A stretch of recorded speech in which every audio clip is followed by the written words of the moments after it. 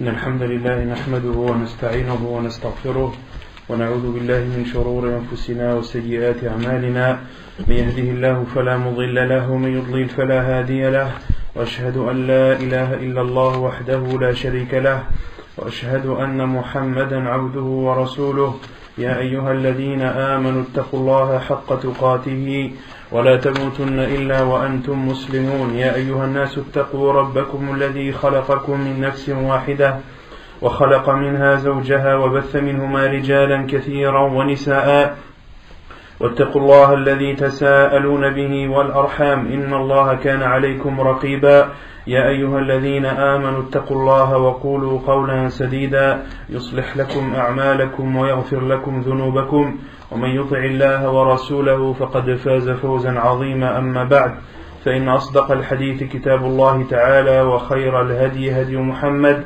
صلى الله عليه وسلم وشر الأمور محدثاتها وكل محدثة بدعة وكل بدعة ضلالة وكل ضلالة في النار. Approchez-vous, Inch'Allah.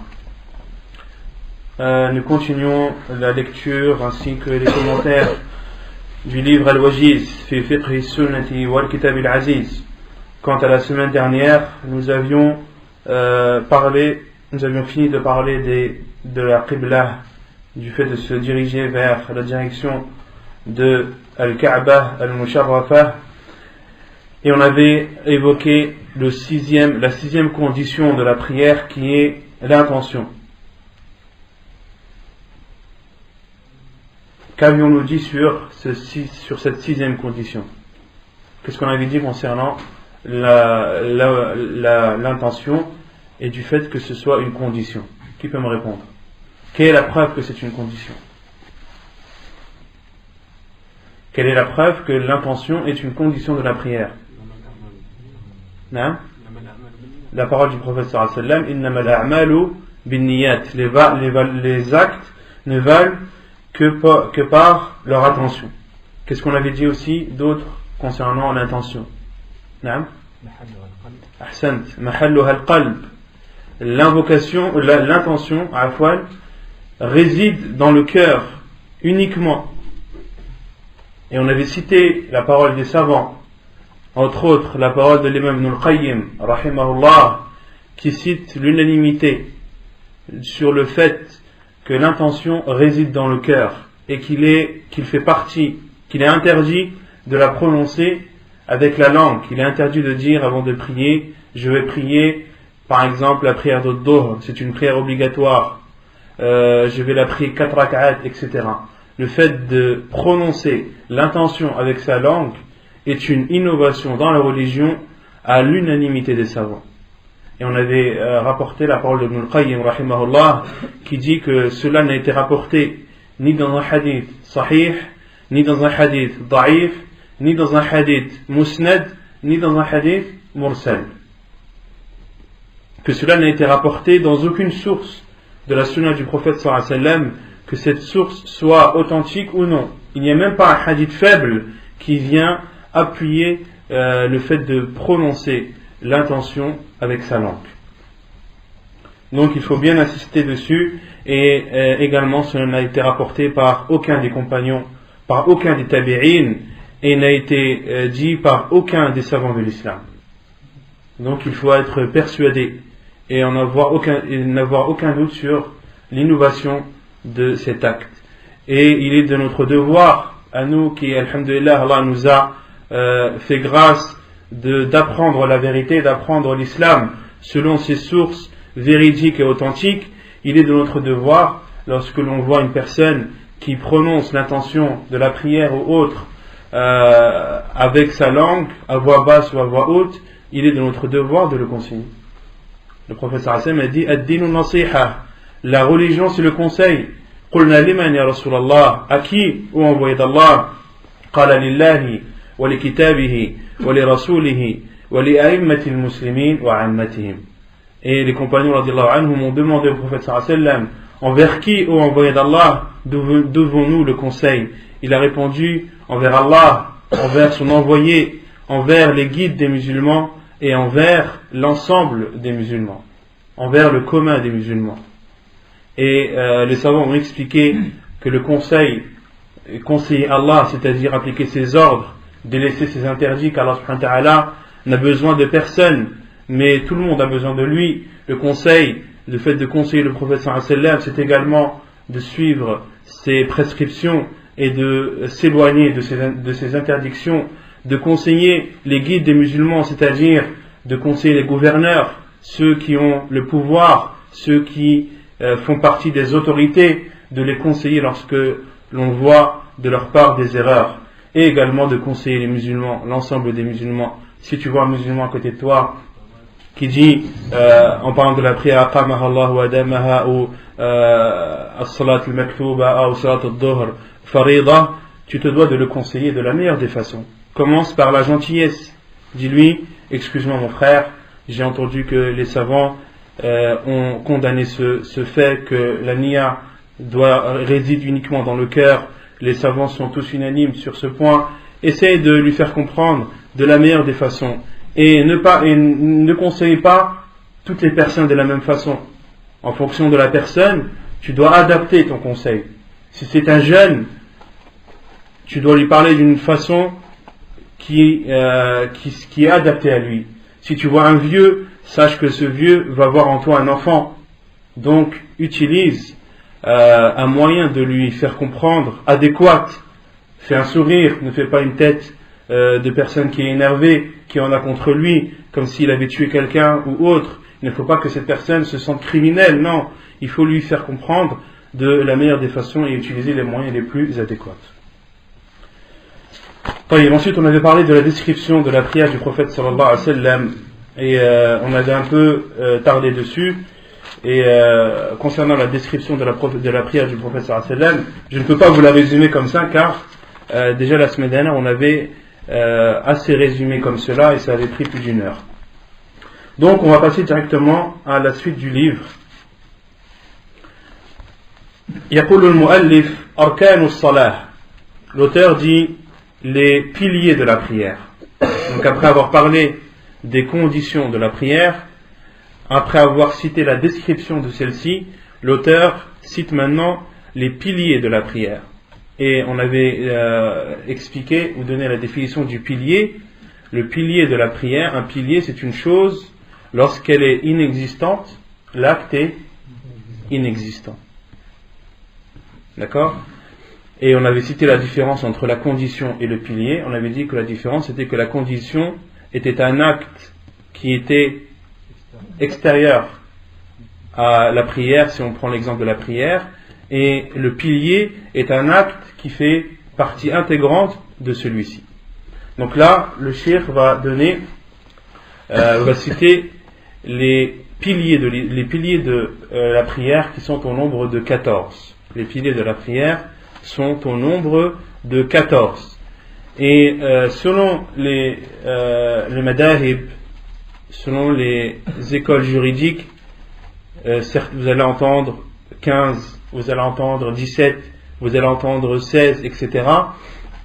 Concernant le 14, si on vous demande de quel madhab dit que c'est 14, vous répondez tout simplement que c'est le madhab du prophète sallallahu alayhi wa sallam.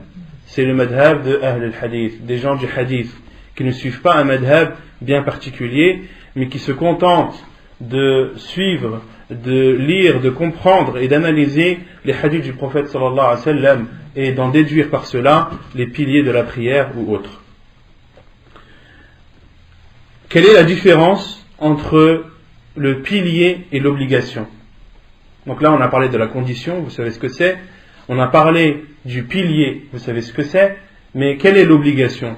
Quand on dit par exemple cette chose est obligatoire dans la prière, qu'est-ce que cela signifie ? Non. Que c'est une obligation de la faire, mais si par exemple tu l'oublies dans la prière, tu ne reviens pas dessus, tu fais ce jeu de ça à la place. Non. Et quoi d'autre ? Donc le frère a dit l'obligation, tu es obligé de la faire, mais dans le cas où tu l'aurais oublié, tu n'es pas obligé de la refaire et tu dois le compenser en faisant les prosternations de la distraction. Mais quelle est aussi une différence majeure entre le pilier et l'obligation ? Entre le pilier et l'obligatoire. C'est que l'obligation, si tu l'oublies dans la salat, c'est tu seras châtié pour cette chose que tu as oubliée, que c'est un péché qui... Non, c'est pas ça la différence après. Non. Non. La différence, c'est que le pilier, lorsque tu le délaisses, la prière devient nulle, batela.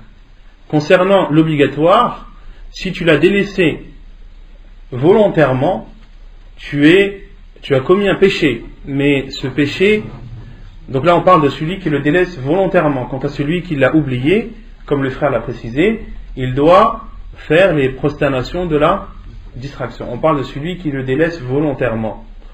Il a fait un péché, il sera questionné sur son acte, mais cela n'influe pas sur la validité de sa prière. Sa prière reste valide. Pourquoi ? Car il n'a pas délaissé un pilier, il a délaissé un obligatoire, ou une chose obligatoire. Vous avez compris ? Maintenant, celui qui délaisse un pilier, qu'est-ce qu'il fait ? Est-ce qu'il lui suffit, une personne, supposons, qui a prié la prière de Dohr et s'est rendu compte à la fin de la prière qu'elle a oublié de faire une prosternation, ou durant la deuxième raka'at ou la troisième a oublié elle a oublié de faire une prosternation. Or, on va voir par la suite que la prosternation à ce jour fait partie des piliers de la prière. Qu'est-ce qu'il fait ? Est-ce qu'il dit j'ai oublié le sujoud, c'est pas grave, à la fin de la prière je vais faire les deux prosternations de la distraction. Est-ce que ces deux prosternations suffiront pour réparer sa prière ? Non, car il a délaissé un pilier. Il doit refaire la raka'at où il a oublié le sujoud. Il doit refaire la raka'at entière, car dans cette raka'at il a oublié un pilier, donc cette raka'at devient nulle. Il doit refaire cette raka'at et refaire par la suite les deux prosternations de la distraction. Donc c'est la différence, une des différences entre le pilier et l'obligatoire. Le pilier, lorsque tu l'oublies, tu dois le faire et faire par la suite les prières de la prosternation, de la distraction, les prosternations de la distraction. Et quand tu as oublié une chose obligatoire, les prosternations de la distraction, ce jeu de sahou, compense ce manque. C'est clair ? Non. Si tu oublies le sujoud, tu refais toute la raka'at. Tu refais toute la raka'at. Non. Tu refais toute la raka'at. Non. À quel moment tu dois refaire le sujoud à quel moment ? Inch'Allah, sur les prosternations de la distraction, on va. À quel moment tu rattrapes le pilier, c'est après dans le problème ou avant ? Inch'Allah, concernant les règles les prosternations de la distraction, on va en parler, Inch'Allah, dans un cours spécifique. On va faire un cours uniquement sur ça, sur les prosternations de la distraction, quand est-ce qu'on doit les faire, quand est-ce que l'on doit les faire avant le salam, après le salam, etc. Inch'Allah, on en discutera au moment venu. طيب يقول المؤلف أركان الصلاة للصلاة فرائض وأركان تتركب منها حقيقتها حتى إذا تخلف فرض منها لا تتحقق ولا يعتد بها شرعا وهذه الأركان هي. Donc l'auteur dit que la prière comporte des obligations, des piliers qui constituent celle-ci, c'est-à-dire la prière, de telle sorte que si l'un de ces piliers n'est pas accompli, la prière n'est pas valide, il n'est pas considéré comme bonne.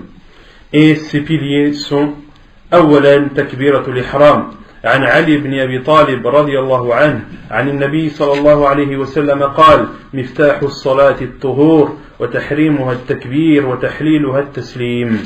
حديث حسن صحيح رواه الترمذي وأبو داود وابن ماجه. وعن أبي هريرة رضي الله عنه أن النبي صلى الله عليه وسلم قال لمسيء صلاته إذا قمت إلى الصلاة فكبر. حديث سبق. Premièrement, le premier pilier de la prière est takbirat al-ihram, le premier takbir de la prière. La preuve est le hadith de Ali ibn Abi Talib radiyallahu anhu qui rapporte que le prophète sallallahu alayhi wa sallam a dit: les clés de la prière sont la purification. Miftahu as-salati at-tuhur. Dans le hadith, est-ce que c'est at-tuhur ou at-tahur? Pourquoi? Pourquoi c'est tahur et pas tahur? Naam? At-tahur huwa al-ma', ahsant.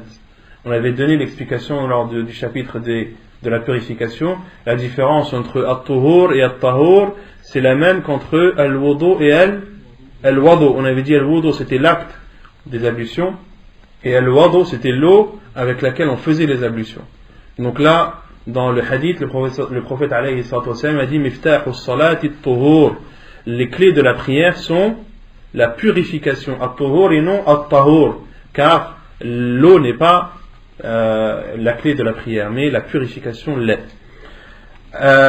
Les clés de la prière sont la purification, wa tahrimuha at-takbir wa tahliluha at-taslim.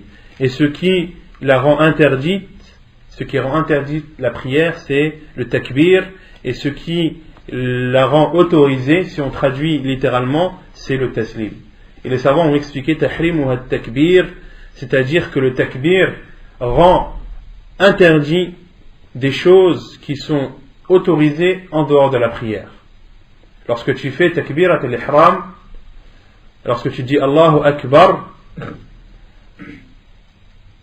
des choses qui te sont autorisées en dehors de la prière deviennent interdites pour toi.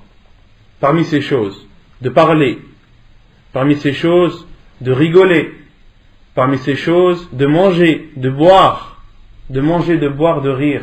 Est-ce que c'est interdit en dehors de la prière? Non. Pendant la prière, c'est interdit? Oui. Qu'est-ce qu'il interdit? Takbirat al-ihram.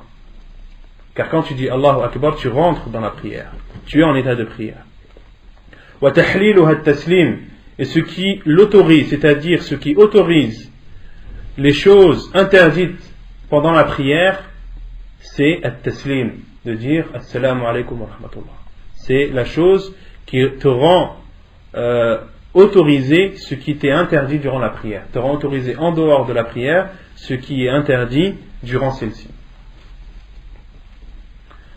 Et l'autre preuve est le hadith d'Abi Hurayra radiallahu anhu, lorsque le prophète sallallahu alayhi wa sallam a dit à celui qui a mal accompli sa prière, إِذَا قُمْتَ إِلَى الصَّلَاةِ فَكَبِّرْ, lorsque tu te lèves pour prier, dis Allahu Akbar.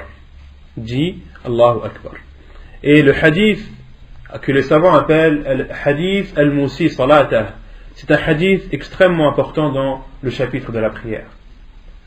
Il y a énormément de versions de ce hadith dans le Bukhari, dans Sunan Abi Daoud, Sunan Ibn Majah, énormément de versions de ce hadith.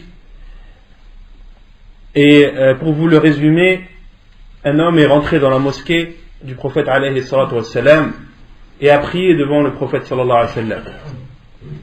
Il l'a salué et après avoir terminé sa prière, il a salué le prophète sallallahu alayhi wa sallam. Et le prophète alayhi salatu wassalam lui a dit Irji' fa salli fa innaka lam tusalli. Retourne et retourne faire ta prière car tu n'as pas fait la prière. L'homme est retourné. Il a alors refait sa prière comme il l'a apprise. Il est revenu vers le prophète sallallahu alayhi wa sallam. Le prophète sallallahu alayhi wa sallam lui a dit Irji' fa salli fa innaka lam tusalli. Retourne prier car tu ne priais pas. L'homme est retourné pour la troisième fois à prier comme il avait appris cette prière et est retourné au prophète sallallahu alayhi wa sallam et le prophète sallallahu alayhi wa sallam lui a dit Irji' fa salli fa innaka lam tusalli. Retourne prier car tu ne priais pas. Et l'homme lui a dit Wallahi ya Rasulallah la uhsinu ghayraha. Ô envoyé d'Allah, je jure par Allah que je ne sais pas la faire mieux que cela.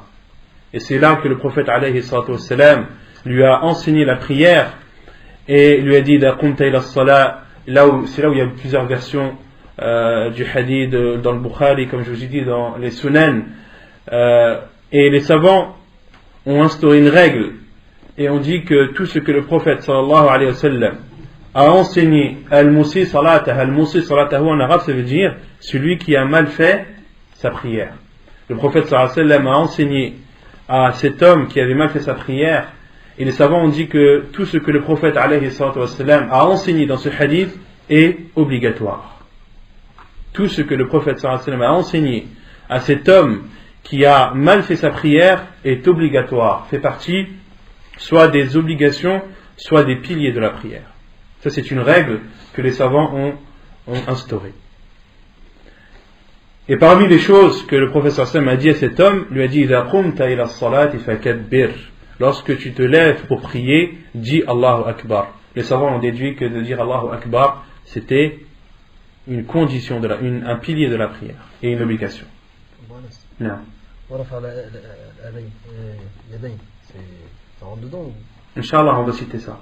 Ça rentre dans le wajibat, non dans l'arkan. ثانيا القيام في الفرض للقادر عليه قال الله تعالى وقوموا لله قانتين وكان صلى الله عليه وسلم يصلي قائما وأمر بذلك عمران بن حسين فقال له صل قائما فإن لم تستطع فقاعدا فإن لم تستطع فعلى جنب حديث صحيح رواه البخاري وأبو داود والترمذي. Le deuxième pilier de la prière, c'est de prier debout pendant les prières obligatoires. C'est un pilier de la prière. Pour celui qui en a les capacités, qui a la possibilité de prier debout, il lui est obligatoire, et cela fait partie des piliers de la prière, de prier debout durant les prières obligatoires. La preuve est la parole d'Allah subhanahu wa ta'ala lorsqu'il dit وَقُومُوا لِلَّهِ قَانِتِينَ et levez-vous pour Allah avec humilité. Et ce verset est descendu car les compagnons du prophète sallallahu alayhi wa sallam, au début lorsque la prière a été légiférée, il n'était pas interdit de parler. Et les compagnons du prophète sallallahu alayhi wa sallam parlaient pendant leur prière. Ils se regardaient mutuellement et discutaient pendant la prière. Pourquoi? Car cela n'était pas interdit. Et Allah subhanahu wa ta'ala a révélé وَقُومُوا لِلَّهِ قَانِتِينَ et levez-vous pour Allah avec humilité. Et après la descente de ce verset, les compagnons radiallahu anhum ne parlaient plus pendant leur prière. Donc dans ce verset, Allah subhanahu wa ta'ala dit et levez-vous pour Allah. Donc de prier debout. Et le prophète sallallahu alayhi wa sallam priait debout et il a ordonné cela à Imran ibn Husayn lorsqu'il lui a dit prie debout, si tu ne peux pas alors prie assis, si tu ne peux pas alors prie sur le côté. Hadith authentique apporté par Al-Bukhari, Abu Daoud et At-Tirmidhi. Et si l'auteur a dit ce qui est un pilier, c'est de prier debout durant les prières obligatoires, on en comprend de cela qu'il est autorisé, que cela n'est pas un pilier pour les prières surérogatoires.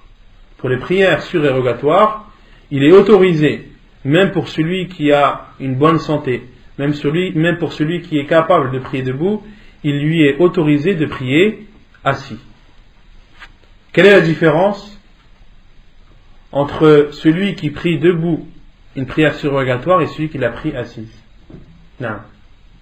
La récompense n'est pas la même. La récompense n'est pas la même, c'est-à-dire celui qui prie assis, il aura la moitié de la récompense. Ahsan.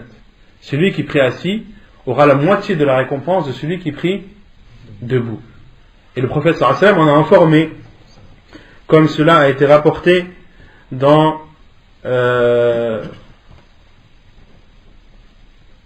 Sunan Ibn Majah.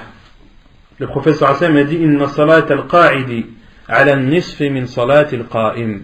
La prière de celui qui prie assis est divisée de moitié, c'est-à-dire la récompense est divisée de moitié comparée à celui qui l'a pris debout. Il y a un autre hadith du prophète sallallahu alayhi wa sallam rapporté dans le Bukhari où le prophète sallallahu alayhi wa sallam nous informe que celui qui prie assis a la moitié de la récompense de celui qui prie debout. Donc là on parle toujours des prières surrogatoires. Et dans la version de Bukhari, le prophète sallallahu alayhi wa sallam a même dit et celui qui prie allongé, il a la moitié de la récompense de celui qui prie assis. Non. Donc il est autorisé de prier assis, la prière surrogatoire, même pour celui qui en a la capacité physique, mais qu'il sache qu'il aura la moitié de la récompense s'il priait debout. Et quant à celui qui est malade, qui n'a pas la possibilité de prier debout, et qui prie assis, une prière surrogatoire, quel est son jugement? Quel est son jugement? Quel est le jugement de cette prière? De celui qui est malade, qui n'a pas la possibilité de prier debout. Il prie assis parce qu'il ne peut pas faire autrement.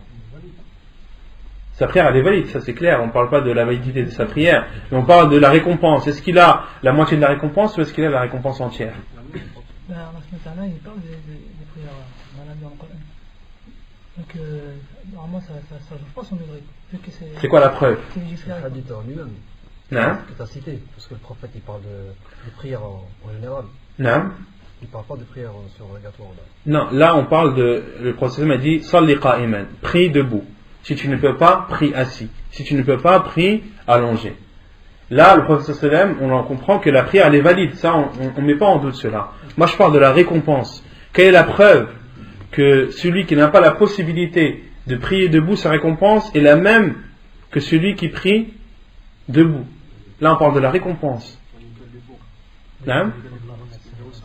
La yukallifu Allahu nafsan illa wus'aha. On peut comprendre cela, mais il y a un autre hadith encore plus précis. Non?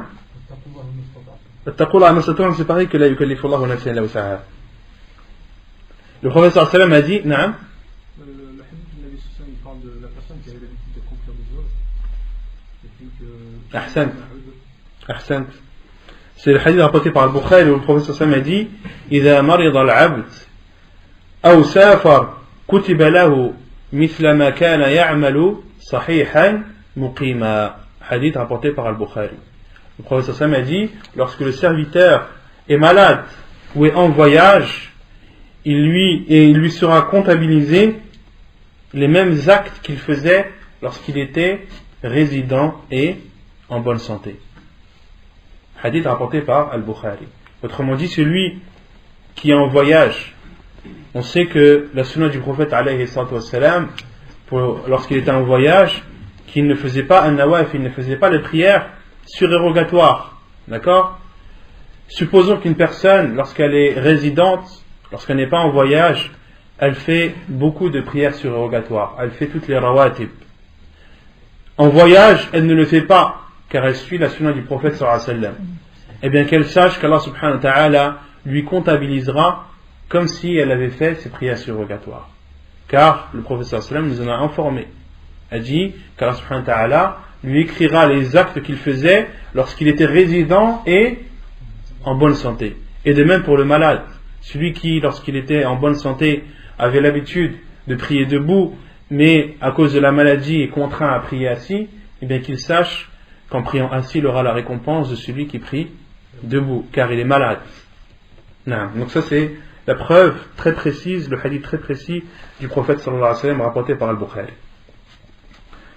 ثالثا قراءة الفاتحة في كل ركعة عن عبادة بن الصامت رضي الله عنه أن النبي صلى الله عليه وسلم قال لا صلاة لمن لم يقرأ بفاتحة الكتاب حديث متفق عليه وقد أمر النبي صلى الله عليه وسلم المسيء صلاته بالقراءة ثم قال ثم فعل ذلك في صلاتك كلها حديث سبق.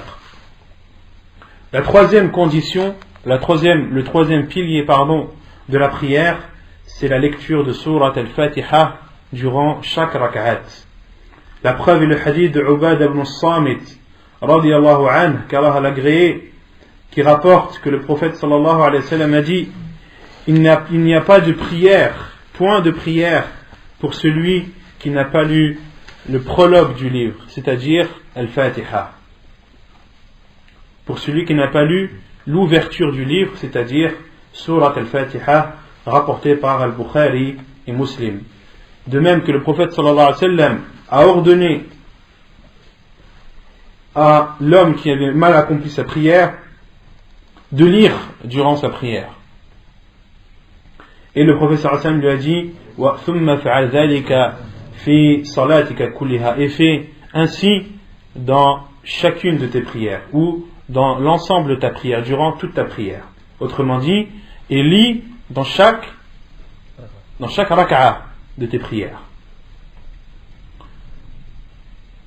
Donc on en dit, et le hadith du prophète sallallahu alayhi wa sallam, lorsqu'il dit la salata, point de prière, c'est-à-dire point de prière valide, point de prière accepté pour celui qui ne lit pas surat al-Fatiha.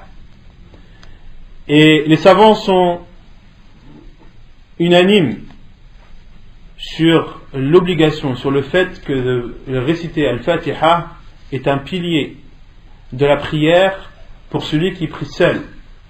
Celui qui prie seul, que ce soit une prière à voix haute ou une prière à voix basse, il doit lire al-Fatiha. S'il n'a pas lu al-Fatiha, sa raka'a n'est pas acceptée.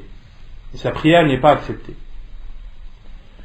Ils sont aussi d'accord sur celui qui prie derrière un imam durant les prières à voix basse ou durant les raka'at à voix basse, comme les deux dernières raka'at de salat al-Isha et la troisième de salat al-Maghrib. Là, les savants disent que celui qui prie derrière l'imam doit lire al-Fatiha.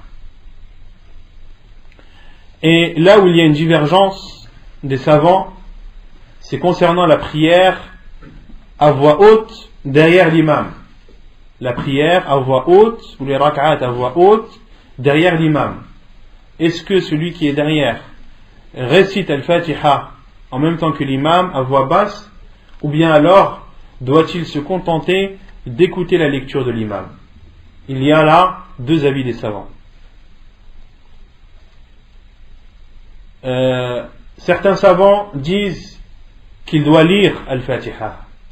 Il doit lire à voix basse al-Fatiha en même temps que l'imam. Pourquoi? Car le prophète sallallahu alayhi wa sallam a dit la salata liman lam yaqra bi fatihati al-kitab. Point de prière pour celui qui ne lit pas al-Fatiha. Et ils ont dit aussi, car le prophète sallallahu alayhi wa sallam un jour a prié as-subh, a prié la prière de subh ou de l'fajr. Les deux appellations sont valides. Et le prophète sallallahu alayhi wa sallam a entendu des personnes lire derrière lui. Et cela l'a dérangé dans sa prière. Une fois la prière terminée, le prophète sallallahu alayhi wa sallam a demandé à ses compagnons, est-ce que vous lisez? Est-ce que parmi vous, certains ont récité? Ils ont dit oui, ô envoyé d'Allah. Et le prophète sallallahu alayhi wa sallam leur a dit, la taf'alu illa bi ummil kitab. Ne faites pas, c'est-à-dire ne récitez pas, sauf pour Fatihat al-Kitab, sauf pour Surat al-Fatiha. Les savants ont dit, ce hadith est une preuve que la personne qui prie derrière l'imam, même lorsqu'il lit en une prière à voix haute, car là le prophète avait prié salat as-subh, et salat as-subh c'est une prière dont toutes les raka'at sont à voix haute, et donc même lorsque l'imam lit à voix haute, la personne qui prie derrière lui doit réciter al-Fatiha à voix basse. Et les autres savants ont dit non. Lorsque la personne prie derrière l'imam pendant une prière à voix haute, il doit écouter. Il ne doit pas réciter al-Fatiha. Pourquoi? Il cite le hadith du prophète sallallahu alayhi wa sallam, Salatul imam lahu qira'ah, ou qira'atul imam lahu qira'ah. Celui qui prie derrière un imam, la lecture de l'imam est pour lui une lecture. Et il cite aussi le hadith du prophète sallallahu alayhi wa sallam, lorsqu'il dit, en parlant de l'imam, idha kabbara fakabbiru, wa idha raka'a farka'u, wa idha sajada fasjudu, wa idha qara'a fa'ansitu. Ils ont aussi cité le hadith du prophète sallallahu alayhi wa sallam, lorsqu'il a dit en parlant de l'imam, lorsqu'il dit Allahu Akbar, dites Allahu Akbar. Lorsqu'il s'incline, inclinez-vous. Lorsqu'il se prosterne, prosternez-vous. Et lorsqu'il lit, écoutez-le. Wa idha qara'a fa'ansitu. Et ils disent aussi que le verset d'Allah subhanahu wa ta'ala, lorsqu'il dit dans surat al-A'raf, wa idha quri'a al-Qur'an fastami'u lahu wa ansitu la'allakum turhamun. Et lorsque le Coran est lu, écoutez-le et taisez-vous. Fastami'u lahu wa ansitu. Écoutez-le et taisez-vous, la'allakum turhamun, afin que vous soyez entrés dans la miséricorde. Et les savants ont dit que ce verset est descendu pendant la prière, est descendu pour la prière et concerne la prière. Et ils ont répondu au hadith du prophète sallallahu alayhi wa sallam que les autres savants utilisent lorsqu'il a prié salat al-subh. Ils ont dit ce hadith est faible. Ils ont dit ce hadith est faible et n'est pas authentique, donc il ne doit pas être pris en considération, comme l'a démontré Cheikh al-Albani rahimahullah ta'ala. Et Cheikh al-Albani a authentifié une version de ce hadith, du hadith où le prophète sallallahu alayhi wa sallam a prié as-subh et a dit à ses compagnons ne faites pas. Le prophète sallallahu alayhi wa sallam, dans une version que Cheikh al-Albani a authentifiée, leur a dit la taf'alu illa an yaqra'a ahadukum bi fatihatil kitab. Ne faites pas sauf si l'un d'entre vous lit al-Fatiha. Et Cheikh al-Albani rahimahullah a dit et réfléchissez sur cette parole du prophète sallallahu alayhi wa sallam. Ne faites pas sauf si l'un d'entre vous récite Fatihat al-Kitab. Cheikh al-Albani rahimahullah a dit on comprend de cette parole du prophète sallallahu alayhi wa sallam sauf si l'un d'entre vous, on comprend que cela n'est pas une obligation. Et c'est ce que Cheikh al-Albani dit, qu'il n'est pas obligatoire de réciter le Fatiha, mais qu'il est autorisé. Et le mieux est d'écouter. Le mieux est d'écouter, mais il n'est pas obligatoire de réciter. Et Cheikh al-Albani utilise cette version du hadith du prophète sallallahu alayhi wa sallam. Il dit, on comprend de cette parole du prophète sallallahu alayhi wa sallam qu'il n'est pas obligatoire de prier. Et cela est en totale conformité avec l'avis que nous suivons. Ala kulli hal, les savants qui disent que la personne priant derrière l'imam pendant une prière à voix haute, qu'il doit lire al-Fatiha, beaucoup de savants sont de cet avis. Et ils répondent aussi aux autres savants qui utilisent le hadith du prophète sallallahu alayhi wa sallam, celui qui prie derrière un imam, sa lecture et pour la lecture de l'imam est pour lui une lecture. Ils disent aussi ce hadith est faible, est da'if. Ala kulli hal, Cheikh Ibn Baz, Cheikh Ibn Uthaymin, la plupart des savants de l'Arabie et la plupart des savants en général disent que la personne doit réciter al-Fatiha durant toutes les rak'at, même lorsqu'il prie derrière l'imam à voix haute. Et Cheikh al-Albani et d'autres savants, les Ahl al-Hadith, les gens du Hadith en général, et également Cheikh l'Islam Ibn Taymiyyah rahimahullah, sont de l'avis que la personne ne doit pas, ou il ne lui est pas obligatoire de réciter al-Fatiha derrière l'imam pendant une prière à voix haute. Et ils utilisent aussi des athars des compagnons radiallahu anhum qui sont venus en grande quantité.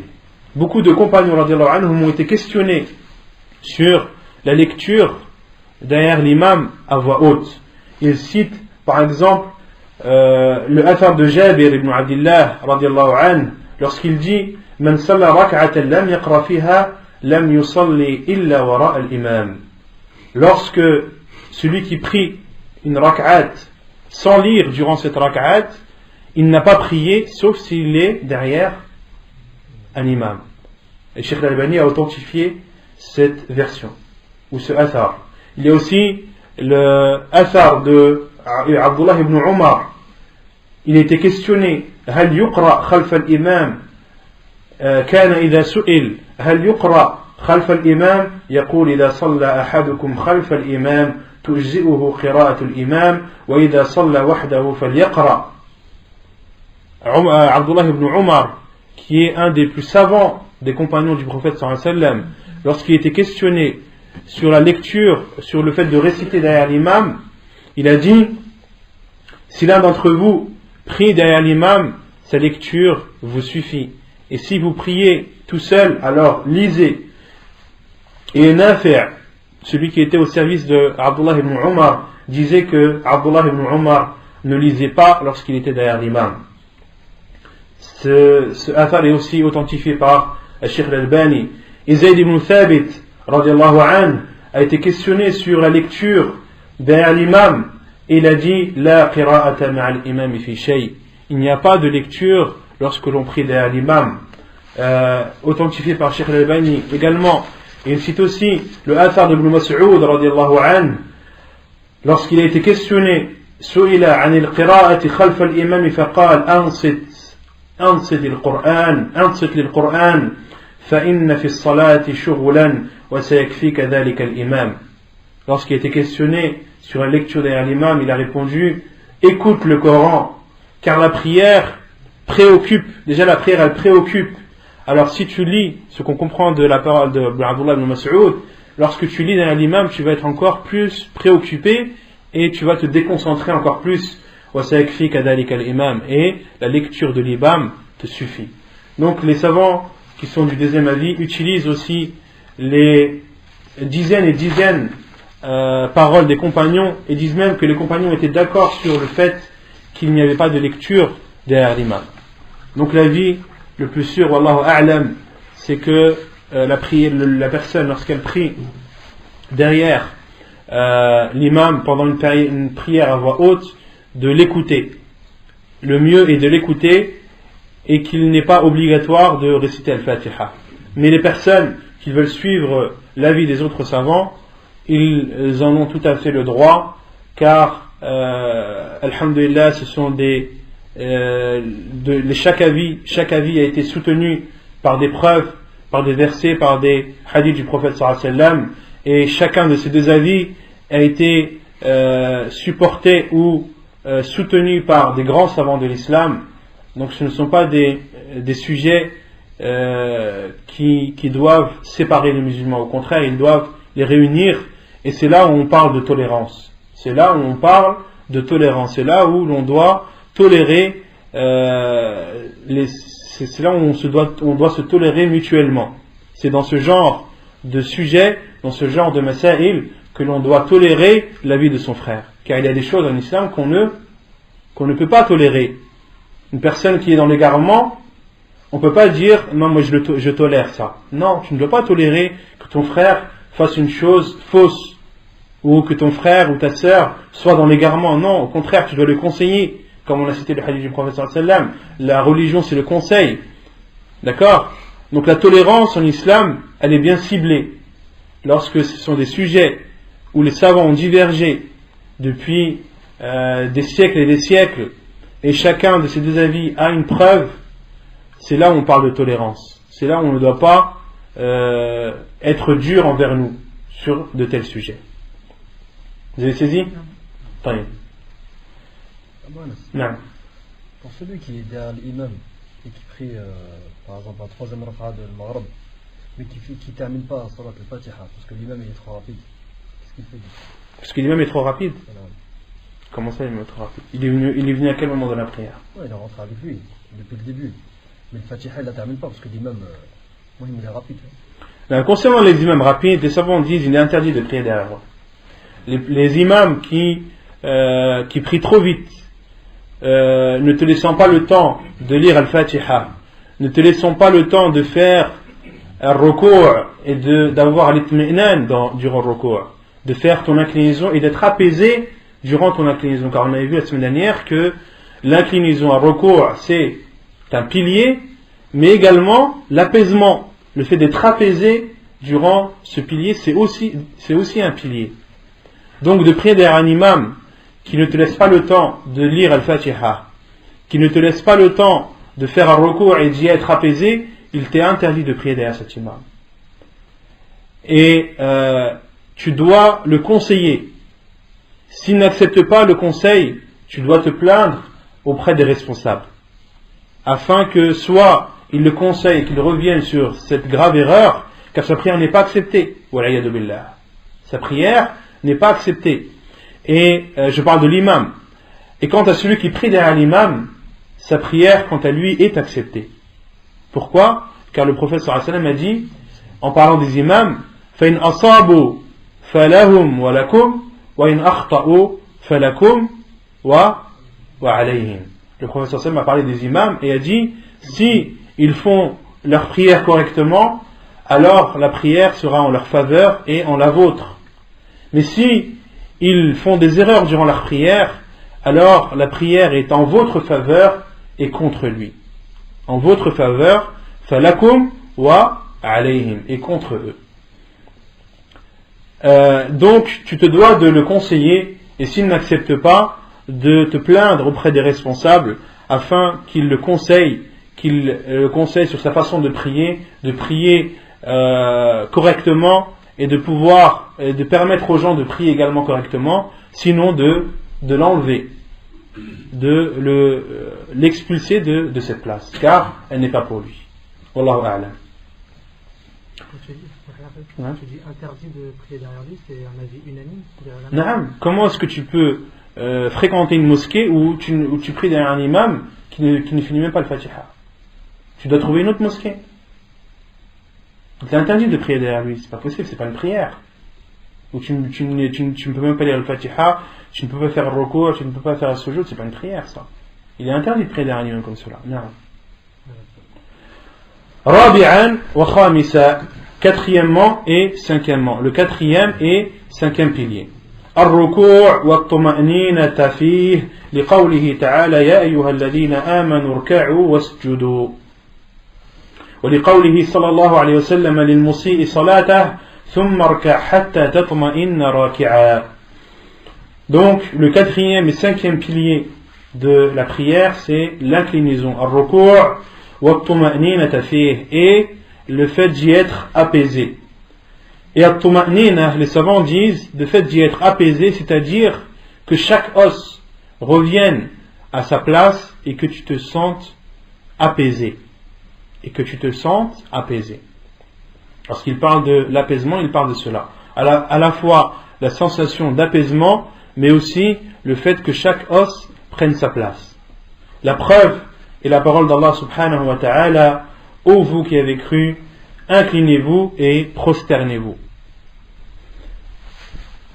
Et la preuve également est la parole du prophète sallallahu alayhi wa sallam, lorsqu'il a dit à celui qui a mal, à l'homme qui a mal accompli sa prière, puis incline-toi jusqu'à être apaisé en étant incliné. Thumma irka' hatta tatma'inna raki'a. Et le prophète sallallahu alayhi wa sallam a bien insisté sur al-itmi'nan, hadith qui a été cité précédemment. سادسا وسابعا الاعتدال بعد الركوع والطمأنينة فيه. عن أبي مسعود الأنصاري رضي الله عنه قال قال رسول الله صلى الله عليه وسلم لا تجزئ صلاة لا يقيم الرجل فيها صلبه في الركوع والسجود. وقال النبي صلى الله عليه وسلم للمسيء صلاته ثم ارفع حتى تعتدل قائما. Le sixième et septième pilier, c'est de se relever du recours et d'y être apaisé. La preuve est le hadith d'Ibn Mas'ud al-Ansari radiyallahu anhu, qui dit que le prophète sallallahu alayhi wa sallam a dit: la prière de celui qui n'est pas apaisé durant son recours et son sujoud n'est pas accepté. لا يقيم الرجل فيها صلبه والمراد الطمأنينة كما قال صاحب التحفة الأحوذي. Al-Mubarak Furi a dit dans son explication de Sunan al-Tirmidhi, lorsqu'il a expliqué la parole du prophète sallallahu alayhi wa sallam, لا يقيم الرجل فيها صلبه أي والمراد الطمأنينة.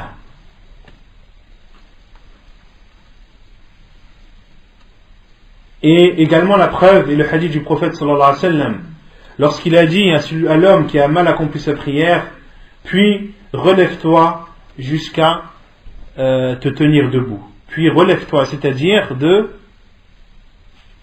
du recours, de l'inclinaison. ثم ارفع أي ارفع من الركوع حتى تعتدل قائما, jusqu'à être debout. ثامنا وتاسعا السجود والطمأنينة فيه لقوله تعالى يا أيها الذين آمنوا اركعوا واسجدوا. ولقوله صلى الله عليه وسلم للمسيء صلاته ثم اسجد حتى تطمئن ساجدا ثم ارفع حتى تطمئن جالسا ثم اسجد حتى تطمئن ساجدا. Le huitième et neuvième pilier sont la prosternation et l'apaisement durant celle-ci. La preuve est la parole d'Allah subhanahu wa ta'ala lorsqu'il dit, selon le sens: ô vous qui avez cru, inclinez-vous et prosternez-vous. Et également la parole du prophète sallallahu alayhi wa sallam lorsqu'il a dit à cet homme qui a mal accompli sa prière, puis prosterne-toi jusqu'à être apaisé en prosternation. ثم اسجد حتى تطمئن ساجدا ثم ارفع حتى تطمئن جالسا, puis relève-toi jusqu'à être apaisé en étant assis. ثم اسجد حتى تطمئن ساجدا, puis prosterne-toi jusqu'à être apaisé pendant ta prosternation. أعضاء السجود. Ici, l'auteur fait une remarque sur les membres sur lesquels l'on doit se prosterner. أعضاء السجود عن ابن عباس قال النبي صلى الله عليه وسلم أمرت أن أسجد على 7 أعظم على الجبهة وأشار بيده على أنفه واليدين والركبتين وأطراف القدمين. حديث صحيح رواه البخاري ومسلم. وعن ابن عباس أيضا قال رسول الله صلى الله عليه وسلم لا صلاة لمن لم يصيب أنفه من الأرض ما يصيب جبينه. حديث رواه الدارقطني. Les membres sur lesquels on doit se prosterner sont au nombre de 7. Ils ont été cités dans le hadith d'Ibn Abbas rapporté par Al-Bukhari et Muslim, qui dit que le prophète sallallahu alayhi wa sallam a dit: j'ai été ordonné de me prosterner sur 7 membres ou 7 os. Ala al-jabha wa ashara biyadihi ala anfih, sur le front, et le prophète sallallahu alayhi wa sallam a fait un signe de sa main sur son nez. Wal yadayni, les 2 mains. Wal rukbatayn, les 2 genoux. Wa atraf al-qadamayn, et le bout des pieds. Donc ce sont les 7 os ou les 7 membres sur lesquels l'on doit se prosterner. Et selon Abdullah ibn Abbas, le prophète sallallahu alayhi wa sallam a dit: point de prière, la salata, c'est-à-dire point de prière accepté, point de prière valide, pour celui qui n'a pas touché son nez, qui n'a pas touché le sol avec son nez comme il touche son front. Pour celui qui n'a pas touché avec son nez le sol comme il touche le front, comme il touche avec son front le sol. Comme il touche son front, il doit également toucher son nez. Et cela est un pilier. Cela est un pilier de la prosternation et donc un pilier de la prière.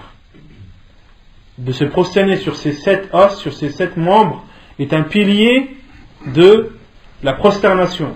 Or, la prosternation est un pilier de la prière, donc ces 7 membres sont indirectement des piliers de la prière. عاشرا و11 الجلوس بين السجدتين والطمأنينة فيه لقوله صلى الله عليه وسلم لا تجزئ صلاة لا يقيم فيها الرجل صلبه في الركوع والسجود ولأمره صلى الله عليه وسلم المسيء صلاته بذلك كما مر في السجود. Dixièmement, le 10e et 11e pilier, c'est de s'asseoir entre les 2 prosternations et d'y être apaisé. D'être apaisé durant cette assise. Donc apaisé, on a dit, ça signifie que les os prennent leur place et que la personne ressente un apaisement. Et la preuve est la parole du prophète sallallahu alayhi wa sallam lorsqu'il a dit à cet homme qui a mal accompli sa prière: puis relève-toi jusqu'à être apaisé en étant assis. Relève-toi de la première prosternation. Et ensuite le prophète sallallahu alayhi wa sallam lui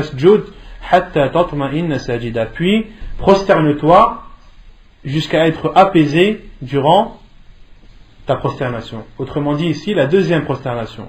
Et le prophète sallallahu alayhi wa sallam, lorsqu'il dit relève-toi, il parle de l'assise entre les 2 prosternations. Les savants ont déduit que cela était un pilier de la prière et que d'y être apaisé est également un pilier de celle-ci. 12 التشهد الأخير عن ابن مسعود رضي الله عنه قال كنا نقول قبل أن يفرض علينا التشهد السلام على الله السلام على جبريل وميكائيل فقال رسول الله صلى الله عليه وسلم لا تقولوا هكذا ولكن قولوا التحيات لله إلى آخر الحديث رواه النسائي والدارقطني والبيهقي. Le 12e pilier de la prière, c'est le dernier tashahhud. C'est le dernier tashahhud.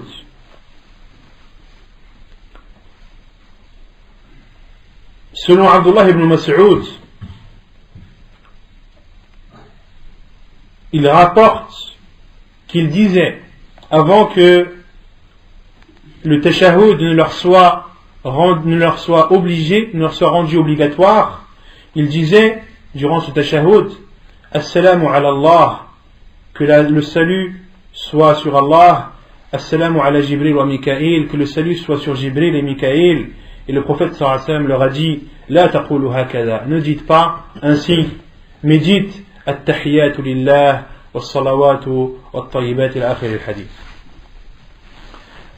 فائدة أصح صيغ التشهد ما رواه ابن مسعود رضي الله عنه قال علمني رسول الله صلى الله عليه وسلم التشهد كفي بين كفيه كما يعلمني السورة من القرآن التحيات لله والصلوات والطيبات السلام عليك أيها النبي ورحمة الله وبركاته السلام علينا وعلى عباد الله الصالحين أشهد أن لا إله إلا الله وأشهد أن محمدا عبده ورسوله متفق عليه.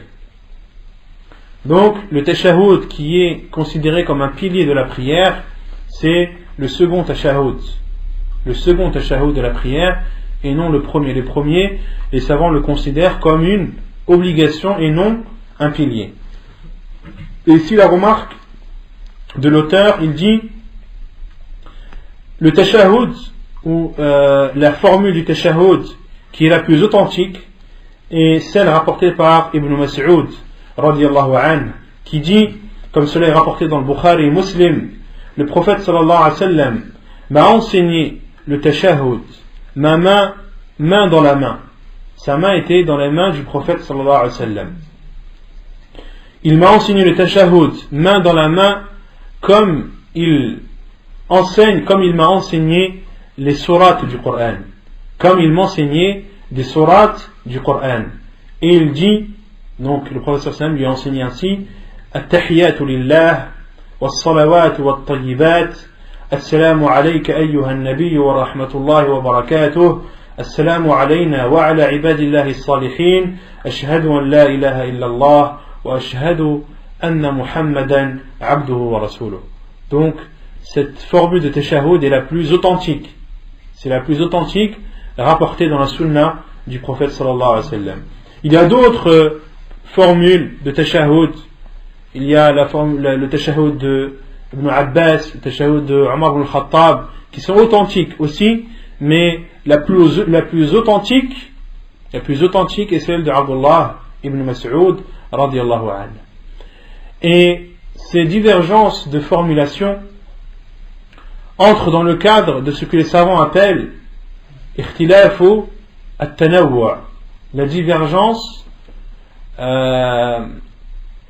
comment dire, ikhtilaf at-tanawwu', la divergence variée, on peut traduire comme ça. Pourquoi? Car la divergence se divise en deux. Il y a deux sortes de divergences. Il y a khilaf at-tanawwu' et il y a khilaf at-tadad. Il y a la divergence contradictoire et la divergence diversifiée ou variée. La différence entre les deux, la divergence contradictoire, c'est lorsqu'un avis contredit l'autre. Et l'un des deux avis est la vérité. Un seul de ces deux avis est la vérité. Ça, c'est ce que les savants appellent khilaf at-tadad, la divergence contradictoire. Lorsque deux avis se contredisent et la vérité n'est présente que dans l'un de ces deux avis. Contrairement à khilaf at-tanawwu', la divergence diversifiée ou variée, celle-ci, elle n'est pas contradictoire, et la vérité est partout. La vérité est dans chacune de ces divergences. Et pour donner l'exemple de khilaf al-tanawwu', par exemple l'adhan, on a cité différentes sortes d'adhan. Ce sont une divergence, mais c'est une divergence variée et non contradictoire. Que tu fasses le adhan avec les 2 takbir ou avec les 4 à voix haute ou à voix basse comme on l'avait cité, si tu fais l'un, tu es dans la vérité, si tu fais l'autre, tu es dans la vérité. De même pour les formules lors de Ad'iyat al-Istiftah, les du'a, les invocations que l'on dit avant la lecture de l'Fatiha pour ouvrir la prière. Il y a énormément de versions, énormément d'invocations rapportées du prophète sallallahu alayhi wa sallam. Si tu dis l'une de ces invocations, tu as dit une sunna du prophète sallallahu alayhi wa sallam, tu as dit la vérité. Et ces divergences ne sont pas contradictoires mais variées. Et la sunna du prophète sallallahu alayhi wa sallam concernant khilaf al-tanawwu', c'est de faire chacune de temps en temps. De faire chacune de temps en temps. Autrement dit ici, concernant le tashahhud, on a dit qu'il y avait plusieurs tashahhud, celui d'Abdullah ibn Mas'ud, celui d'Umar ibn al-Khattab, celui d'Abdullah ibn Abbas, et je vous invite à revenir au livre de Sheikh al-Albani rahimahullah, Sifatu Salat al-Nabi sallallahu alayhi wa sallam, la description de la prière du prophète sallallahu alayhi wa sallam, où il cite les différentes versions de tashahhud, et le musulman, s'il veut appliquer la sunna du prophète sallallahu alayhi wa sallam comme il se doit, c'est d'apprendre chacune de ces tashahhud, chacun de ces tashahhud, et de les varier durant ses prières. Durant ses prières, de dire de temps en temps celui-ci, de temps en temps le tashahhud de Umar ibn al-Khattab, de temps en temps le tashahhud d'Abdullah ibn Mas'ud, ainsi de suite. Faïda ukhra, une autre remarque, قوله السلام عليك أيها النبي ورحمة الله وبركاته قال الحافظ في الفتح وقد ورد في بعض طرق حديث ابن مسعود في طرق حديث ابن مسعود هذا ما يقتضي المغايرة بين زمنه صلى الله عليه وسلم فيقال بلفظ الخطاب وأما بعده فيقال بلفظ الغيبة ففي الاستئذان من صحيح البخاري من طريق أبي معمر عن ابن مسعود بعد أن ساق حديث التشهد قال وهو بين ظهرانين فلما قبض قلنا السلام يعني على النبي كذا وقع في البخاري وأخرجه أبو عوان في صحيحه والسراج والزجفي وأبو النعيم الأصبهاني والبيهقي من طرق متعددة إلى أبي نعيم شيخ البخاري فيه بلفظ فلما قبض قلنا السلام على النبي بحذف لفظ يعني بحذف لفظ يعني وكذلك رواه أبو بكر بن أبي شيبة عن أبي نعيم وقال السبكي في شرح المنهاج بعد أن ذكر هذه الرواية من عند أبي عوانة وحده إن صح هذا عن الصحابة دل على أن الخطاب في السلام بعد النبي صلى الله عليه وسلم غير واجب فيقال السلام على النبي قلت القائل الحافظ قد صح بلا ريب وقد وجدت له متابعا قويا قال عبد الرزاق أخبرنا ابن جريح أخبرني عطاء أن الصحابة كانوا يقولون والنبي صلى الله عليه وسلم حي السلام عليك أيها النبي فلما مات قالوا السلام على النبي وهذا إسناده صحيح وقال الألباني في صفة الصلاة ولا بد أن يكون ذلك بتوقيف منه صلى الله عليه وسلم ويؤيده أن عائشة رضي الله عنها كذلك كانت تعلمهم التشهد في الصلاة السلام على النبي رواه السراج في مسنده والمخلص في الفوائد بسندين صحيحين عنها. Donc l'auteur fait une remarque concernant la phrase qui est présente de le tashahhud de Abdullah ibn Mas'ud lorsque le prophète sallallahu alayhi wa sallam lui a enseigné, lui a dit de dire Assalamu alayka ayyuhan nabiyyu wa rahmatullahi wa barakatuh, que le salut soit sur toi ô envoyé d'Allah ainsi que les miséricordes et les bénédictions d'Allah. L'auteur a cité la parole de l'Hafid ibn Hajar al-Asqalani. L'Hafid ibn Hajar al-Asqalani qui, comme je vous l'ai dit plusieurs fois, a expliqué Sahih al-Bukhari, du début à la fin, entièrement. Et son livre Fath al-Bari est une référence chez les savants. C'est une référence chez les savants et il est connu comme étant la meilleure explication de Sahih al-Bukhari. Et les savants le surnomment Al-Hafid ibn Hajar al-Asqalani. Qui connaît le surnom du Hafid ibn Hajar al-Asqalani? Qui connaît son surnom? Personne? Non? Ahsant. Amir al-Mu'minin fil hadith. Les savants l'appellent le guide des croyants dans le hadith. Et Cheikh Al-Albani rahimahullah a dit de lui qu'aucune femme n'a enfanté comme Al-Hafid ibn Hajar après lui. Après la mort de Al-Hafid ibn Hajar, aucune femme n'a enfanté un homme aussi savant dans la science du hadith que Al-Hafid ibn Hajar al-Asqalani.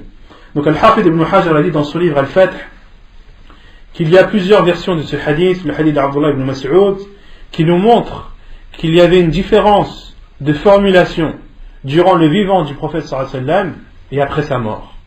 Il y a des versions où Abdullah ibn Mas'ud radiallahu anhu a dit وَهُوَ بَيْنَ ظَهْرَانَيْنَا. Nous disions Assalamu alayka, que la paix, que le salut soit sur toi, ô envoyé d'Allah, lorsqu'il était parmi nous. فَلَمَّا قُبِدْ قُلْنَا السَّلَامُ عَلَى النَّبِي. Et lorsque le prophète sallallahu alayhi wa sallam est décédé, nous disions que le salut soit sur le prophète. Que le salut soit sur le prophète. Lorsque le prophète sallallahu alayhi wa sallam était vivant, il lui parlait directement. Il disait que le salut d'Allah soit sur toi, ô envoyé d'Allah, ainsi que ses miséricordes et ses bénédictions. Mais une fois le prophète sallallahu alayhi wa sallam décédé, il disait que le salut d'Allah soit sur toi, envoyé, ainsi que ses miséricordes et ses bénédictions. Et le Hafid ibn Hajar a aussi trouvé une parole d'Ibn Jarih qui dit que Ata l'a informé que les compagnons du prophète sallallahu alayhi wa sallam, lorsque le prophète sallallahu alayhi wa sallam était vivant, disaient Assalamu alayka ayyuhan nabi, et lorsque le prophète sallallahu alayhi wa sallam est décédé, il disait Assalamu ala nabi. Et Cheikh Al-Albani rahimahullah a soutenu cet avis et a dit que cela, si les compagnons du prophète sallallahu alayhi wa sallam ont fait cela, c'est après que le prophète sallallahu alayhi wa sallam leur ait dit. Même si on n'a pas de hadith du prophète sallallahu alayhi wa sallam clair, mais si les compagnons disaient cela, disaient Assalamu alayka ayyuhan nabi durant leur vivant, et qu'ils disaient Assalamu ala nabi durant le vivant du prophète sallallahu alayhi wa sallam, et disaient Assalamu ala nabi après sa mort, et que les compagnons faisaient cela en général, ils n'ont fait cela que parce que le prophète sallallahu alayhi wa sallam leur avait dit de le faire. Et il cite aussi le hadith de Aïcha radiallahu anha, lorsqu'elle a enseigné le tashahhud durant la prière, elle l'enseignait en disant de dire Assalamu ala nabi. Elle a enseigné le tashahhud en disant Assalamu ala nabi. Ala kulli hal, il y a aussi une divergence des savants sur cela. Certains savants disent que l'on doit dire Assalamu alayka ayyuhan nabi. Pourquoi? Car le prophète sallallahu alayhi wa sallam l'a enseigné ainsi à Abdullah ibn Mas'ud. Et quant à la parole d'Abdullah ibn Mas'ud, nous disions Assalamu alayka ayyuhan nabi durant son vivant, et une fois décédé nous disions Assalamu ala nabi. Les savants disent cela est un effort de la part d'Abdullah ibn Mas'ud. C'est un effort de sa part, c'est lui qui a dit cela. Or nous, on se doit de suivre la sunna du prophète sallallahu alayhi wa sallam et ce que nous a appris le prophète sallallahu alayhi wa sallam dans le tashahhud d'Abdullah ibn Mas'ud, qui, comme je vous l'ai dit, est le plus authentique. Le prophète sallallahu alayhi wa sallam nous a enseigné de dire Assalamu alayka ayyuhan nabi. Et les autres savants ont dit non. Abdullah ibn Mas'ud l'a dit, mais c'était aussi connu des compagnons qu'il faisait ainsi, et vient soutenir également cette hypothèse ou cette thèse la parole de Aïcha radiallahu anha lorsqu'elle enseignait le tashahhud de dire Assalamu ala nabi. Premier avis de dire Assalamu ala nabi est celui de Cheikh Al-Albani rahimahullah, et les autres, Cheikh Ibn Uthaymin lui est de l'avis de dire Assalamu alayka ayyuhan nabi. Et Cheikh Ibn Uthaymin soutenait beaucoup cet avis, au point que je me rappelle pendant le Hajj, une année du Hajj, Cheikh Ibn Uthaymin rahimahullah faisait un cours sur justement la description de la prière du prophète sallallahu alayhi wa sallam. Et arrivé au tashahhud, il a expliqué le tashahhud et a dit à une des personnes présentes de se lever et de réciter le tashahhud, donc devant tout le monde dans le Masjid al-Haram pendant la période du Hajj. Et cet homme a récité le tashahhud en disant Assalamu ala nabi. Cheikh Ibn Taymiyyah lui a dit la, qul assalamu alayka ayyuha nabi. Et là il m'a dit lakin al-Cheikh, mais Cheikh, il y a un autre Cheikh lui a dit qul assalamu alayka ayyuha nabi. Dis assalamu alayka ayyuha nabi. Il a insisté sur le fait de dire assalamu alayka ayyuha nabi. Et les savants sont ainsi, lorsqu'ils suivent un avis, ils en sont persuadés. Lorsqu'ils suivent un avis et qu'ils ont des hadiths du prophète sallallahu alayhi wa sallam, des versets, des paroles de compagnons, c'est pour eux une certitude. C'est pour eux une certitude et ils le mettent en pratique. Et on ne doit pas se comparer avec, on doit leur ressembler, mais il ne faut pas comparer nous aux savants. Nous, lorsqu'on a un avis, on sait qu'il y a plusieurs avis, et on va suivre un avis, mais c'est plus du taqlid, c'est plus, on va plus le suivre, on n'est pas persuadé. Les savants, non, lorsqu'ils ont un avis, ils en sont persuadés. Car ils suivent la sunna du prophète sallallahu alayhi wa sallam, et la parole du prophète sallallahu alayhi wa sallam, pour eux, passe au-dessus de tout. Non.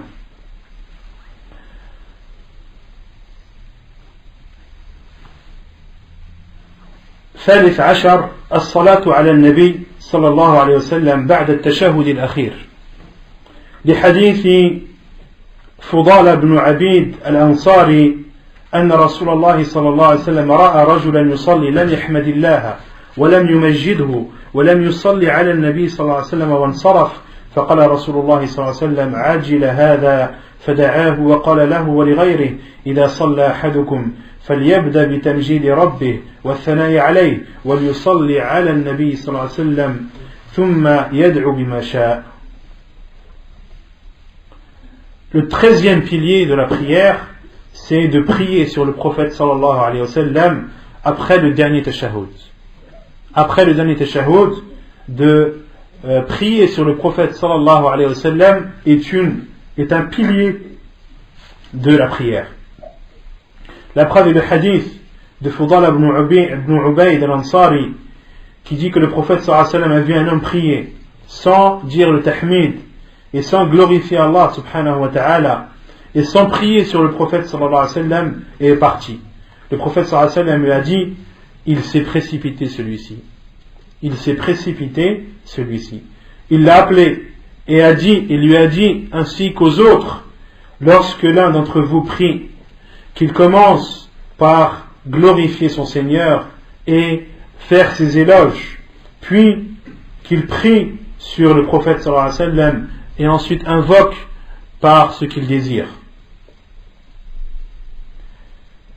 Et selon Abi Mas'ud, وعن أبي مسعود قال أقبل رجل حتى جلس بين يدي رسول الله صلى الله عليه وسلم ونحن عنده فقال يا رسول الله أما السلام عليك فقد عرفناه فكيف نصلي عليك إذا نحن صلينا عليك في صلاتنا في صلواتنا صلى الله عليك ثم قال إذا أنتم صليتم علي فقولوا اللهم صل على محمد النبي الأمي وعلى آل محمد. فائدة أفضل صيغ الصلاة على النبي صلى الله عليه وسلم رواه كعب بن عجرة قال قلنا يا رسول الله قد علمنا أو عرفنا قد علمنا أو عرفنا كيف السلام عليك فكيف الصلاة قال قولوا اللهم صل على محمد وعلى آل محمد كما صليت على آل إبراهيم إنك حميد مجيد اللهم بارك على محمد وعلى آل محمد كما باركت على آل إبراهيم إنك حميد مجيد. Et selon Abi Mas'ud, un homme est venu vers le prophète sallallahu alayhi wa sallam, s'est assis devant lui et nous étions en sa compagnie, c'est-à-dire en compagnie du prophète sallallahu alayhi wa sallam. Et cet homme a dit ô envoyé d'Allah, quant au salut sur toi nous le connaissons. Comment prier sur toi? Comment prier sur toi comment prier sur toi durant nos prières? Et le prophète sallallahu alayhi wa sallam lui a répondu lorsque vous priez sur moi, dites Allahumma salli ala Muhammad النبي الأمي وعلى آل محمد إلى آخر الدعاء. حديث إسناده حسن رواه ابن خزيمة. Et la meilleure formule pour prier sur le prophète sallallahu alayhi wa sallam est la formule rapportée par Ka'b ibn Ujra qui dit: nous avons dit, ô envoyé d'Allah, nous savons comment te saluer, mais comment prier sur toi? Et le prophète sallallahu alayhi wa sallam leur a dit: dites Allahumma salli ala Muhammad wa ala ali Muhammad kama sallaita ala ali Ibrahim innaka hamidun majid. Allahumma barik ala Muhammad wa ala ali Muhammad kama barakta ala ali Ibrahim innaka hamidun majid. Rapporté par Al-Bukhari wa Muslim. Donc cette formule est la meilleure formule pour prier sur le prophète sallallahu alayhi wa sallam. Et concernant le fait de rajouter Sayyid, cela n'a été rapporté dans aucun hadith du prophète sallallahu alayhi wa sallam, ni authentique, ni faible. Dans aucun hadith il n'est rapporté de dire Allahumma salli ala Sayyidina Muhammad wa ala ali Sayyidina Muhammad kama sallaita ala Sayyidina Ibrahim wa ala ali Sayyidina Ibrahim. Tout cela, le terme Sayyid n'a été rapporté dans aucun hadith du prophète sallallahu alayhi wa sallam concernant la façon de prier sur lui, ni dans un hadith faible ni dans un hadith authentique. Et en dehors le fait de ne pas dire à Sayyid, ce n'est pas un manque de respect envers le prophète sallallahu alayhi wa sallam, car beaucoup lorsque l'on leur fait la remarque de ne pas dire le terme Sayyid durant la prière sur le prophète sallallahu alayhi wa sallam, pendant la prière, là on parle de pendant la prière. En dehors de la prière, dis Allahumma salli ala Sayyidina Muhammad, dis-le autant de fois que tu veux. Mais là on parle de durant la prière, de prier sur le prophète sallallahu alayhi wa sallam durant la prière, il n'est pas légiféré. C'est une innovation de dire Sayyid. Et des personnes le prennent mal cette remarque qu'on leur fait et disent: vous ne respectez pas le prophète sallallahu alayhi wa sallam, vous n'aimez pas le prophète sallallahu alayhi wa sallam comme il se doit, car vous nous interdisez de dire que c'est le Sayyid, alors que le prophète sallallahu alayhi wa sallam a dit: Ana Sayyidu waladi Adam wa la fakhr, je suis le Sayyid, je suis le meilleur des fils d'Adam et point d'ostentation. Je suis le meilleur des fils d'Adam et point d'ostentation. Et aimer le prophète sallallahu alayhi wa sallam, c'est une obligation pour chaque musulman. Mais nous leur répondons que d'aimer le prophète sallallahu alayhi wa sallam, c'est de suivre sa sunna authentique. Et le prophète sallallahu alayhi wa sallam a enseigné dans des dizaines de hadiths et en utilisant des formules diverses et variées, a enseigné à ses compagnons radiyallahu anhum comment prier sur lui. Et le prophète sallallahu alayhi wa sallam n'a pas dit Sayyid. Dans aucune de ces formules il n'a dit Sayyid. Et concernant vous qui dites que l'on ne respecte pas le prophète sallallahu alayhi wa sallam comme il se doit, nous leur répondons que bien au contraire, les gens de la sunna, les gens qui suivent Ahl Hadith, les gens qui s'efforcent d'apprendre et de lire et d'étudier les hadiths du prophète sallallahu alayhi wa sallam, sont ceux qui l'aiment le plus et sont ceux qui prient le plus sur le prophète sallallahu alayhi wa sallam. Les gens de la sunna sont ceux qui prient le plus sur le prophète sallallahu alayhi wa sallam. Pourquoi? Car ils étudient sa sunna, ils lisent ses hadiths, ils lisent les hadiths du prophète sallallahu alayhi wa sallam, et à chaque fois qu'ils citent son nom ils disent sallallahu alayhi wa sallam, ils prient sur lui. Donc les gens de la sunna prient sur le prophète sallallahu alayhi wa sallam et le respectent plus que ceux qui ne suivent pas la sunna du prophète sallallahu alayhi wa sallam. Donc de ne pas dire as-sayyid, c'est une obligation pendant le tashahhud, durant la prière. De le dire est une innovation. Et en dehors de la prière, dis-le autant de fois que tu veux. En dehors de la prière, dis Allahumma salli ala Sayyidina Muhammad autant de fois que tu le voudras. Rabi' Ashar, le 14e pilier, As-Salam, لقوله صلى الله عليه وسلم مفتاح الصلاة الطهور وتحريمها التكبير وتحليلها التسليم. Le 14e pilier de la prière, c'est la salutation. c'est la salutation, la preuve est le hadith du prophète sallallahu alayhi wa sallam, la clé de la prière et la purification, ce qui l'interdit, on a expliqué ce que cela signifie, c'est-à-dire ce qui est interdit durant cette prière, des choses autorisées en dehors, c'est le takbir, autrement dit takbir al-ihram, le premier takbir, wa tahil wa taslim, et ce qui l'autorise, c'est-à-dire ce qui autorise en dehors de la prière, ce qui est interdit durant celle-ci, c'est la salutation, at-taslim. Et les savants disent que le taslim qui est un pilier, c'est de dire assalamu alaykum à droite. Car la semaine dernière, on avait vu 4 façons rapportées dans la sunna du prophète alayhi salatu wassalam sur la salutation. On avait dit que la première était de dire assalamu alaykum une fois à droite. La deuxième est de dire assalamu alaykum wa rahmatullah à droite et assalamu alaykum à gauche. La troisième c'est de dire assalamu alaykum wa rahmatullah à droite, assalamu alaykum wa rahmatullah à gauche. Et celle-ci est la plus fréquente. C'est celle que le professeur sallam disait le plus fréquemment.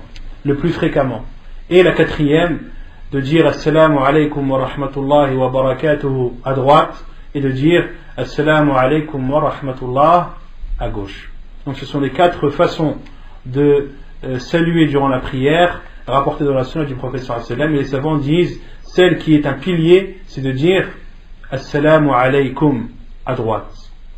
Ensuite de dire assalamu alaykum wa rahmatullah, assalamu alaykum wa rahmatullah, ou les autres façons, cela rentre dans le cadre de la sunna, des choses préférables et non obligatoires. Donc je résume les 14 piliers de la prière. Le premier est takbir al-ihram, le premier takbir. Le second est d'être debout durant les prières obligatoires. Le troisième est la récitation de l'Fatiha. Le quatrième et cinquième est al-ruku', l'inclinaison et l'apaisement durant celui-ci. Le sixième et le septième, c'est de se relever de l'inclinaison et d'être apaisé en étant debout après s'être relevé.